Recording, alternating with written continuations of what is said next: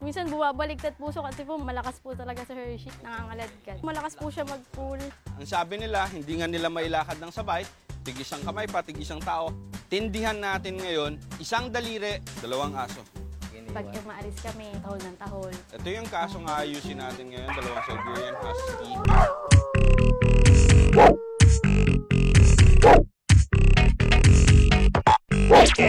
Roofcam. Hi, my name is Rachel. Ito po ang aking boyfriend. I'm DJ. First dog po namin to, si Kisses. Gift po siya ng boyfriend ko sa akin. Yung isa naman, si Hershey. Second dog namin. Makulit Mag-aro po to, kasi, maybe. opo. Gusto lagi ni Hershey, gusto lagi kulitin to si Kisses. Ngayon, lagi magrarambulan na sila. Ano po sikat siya sa FB eh. Pinoy Dog Whisperer. Alam ko naman po kaya ni Sir Leslie. Tao po! Si Miss Rachel.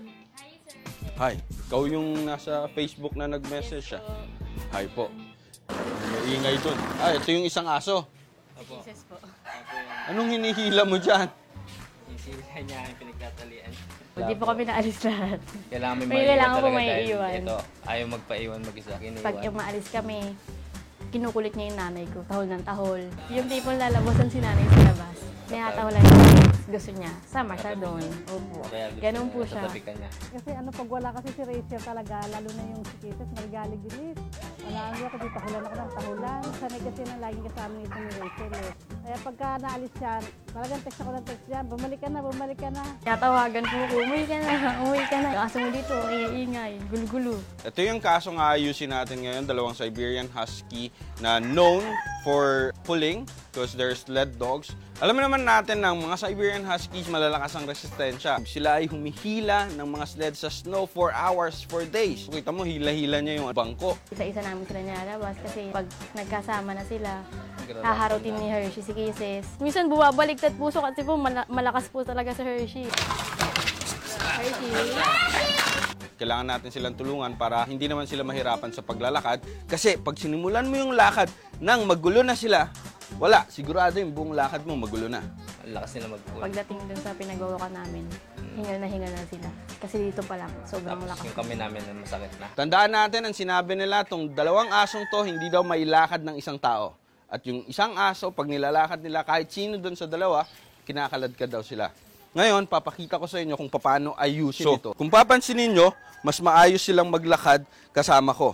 Ito, meron tayong dinaan ng pusa, hindi nila pinansin. Ito, tigilan natin tong pusang to. Sirang. Sirang. Sirang. And, ilulus ko yung tali. The moment na nagbigay siya ng tension doon sa pusa, konting correction, balik, loose ulit yung tali. Ngayon, iniiwasan niya na yung pusa. Ang sabi nila, hindi nga nila mailakad ng sabay, tig-isang kamay pa, tig-isang tao. Tindihan natin ngayon, isang daliri, dalawang aso. Lalakad natin, kailangan umayos sila sa paglalakad nila. And then, tignan nyo yung kamay ko, relax lang.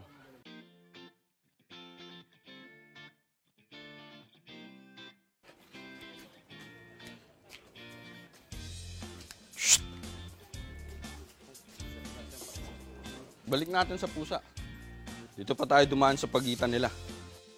Ba't umiiwas na kayo sa pusa? Yung Siberian Huskies, kilala sila sa matataas na prey drive. Pero ito, tinatanggal natin yung sobrang taas na prey drive. Ang ginagawa natin, kinokontrol natin ito. Ito yung pusa sa harap nita. Ito yung nakapatay ng pusa dati, ayaw niya nang tignan. Ito ngayon yung isang aso na makulit sa pusa, wala lang silang pakialam. So ganyan ang mag-control ng prey drive. Nakakatuwa kasi Nagulat. pwede parang ganyan sila, kaya pala nila yun. Hindi namin expected na ganun lang kabilis na makapagsabay sila na makukorek agad. Tuturo ko sa inyo kung paano yung ginawa ko. Ito, isang daliri lang. Okay, nakita niyo yung daliring yan. Lagay niyo dyan. Close. Short leash. Papansinin niyo yung mga kamay niyo. Okay. Yung mga kamay niya, kung papansinin mo, hindi pa naglalakad yung aso, hinihila niya na. So, anong gusto mong gawin ng aso? Ito yung aso na sasakal ako. Layuan na nga kita, ayaw ko sa'yo dahil nasasakal na siya. Mo lang ng diretso, lakad tayo ngayon. Huwag niyong tawagan, huwag niyong tignan. Huwag mong tignan ng aso mo. Tinitignan mo ng tinitignan yung aso mo. Ayan yung pusa. Good. Okay? Ngayon, pag humihila siya, hilahin mo lang mabilis. Taas lakad. Okay? Yun. Hila. Okay? Stop. And then walk slowly. Yun. Kuha mo na. Good. Short. Lagay, sama mo lang to.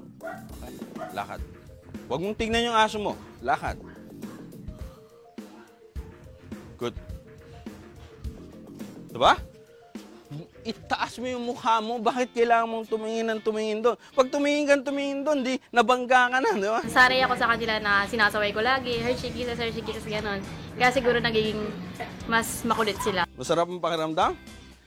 Kakaiba? First time? Sige, ikaw na mag-isa, ikot ka.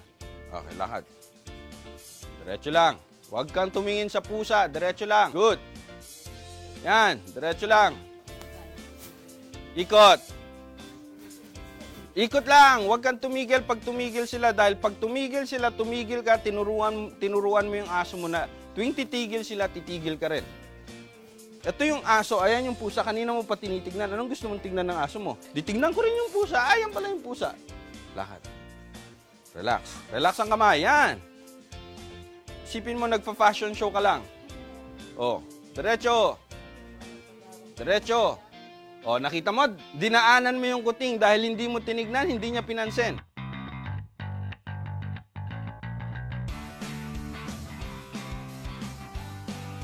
Sa walking pala, dapat hindi mo hihilahin yung tali nila kasi lalo silang masasakal, lalo silang magpupul.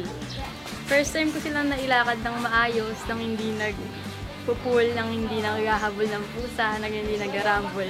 Masarap sa pakiramdam. Ang galing niya eh. Ang galing niya mag-train. Madali niya napasunod yung dalawa.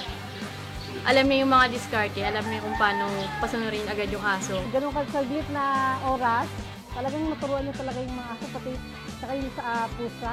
Gusto talaga ako kasi kung ako maglalabas yan, talagang masakmalin talaga ng aking pusa. Sa kanya itinabi pa talaga So, ang galing talaga. Salamat po. Galing mo, lupit, idol. You're the best, sir, Lester. Wolfcam.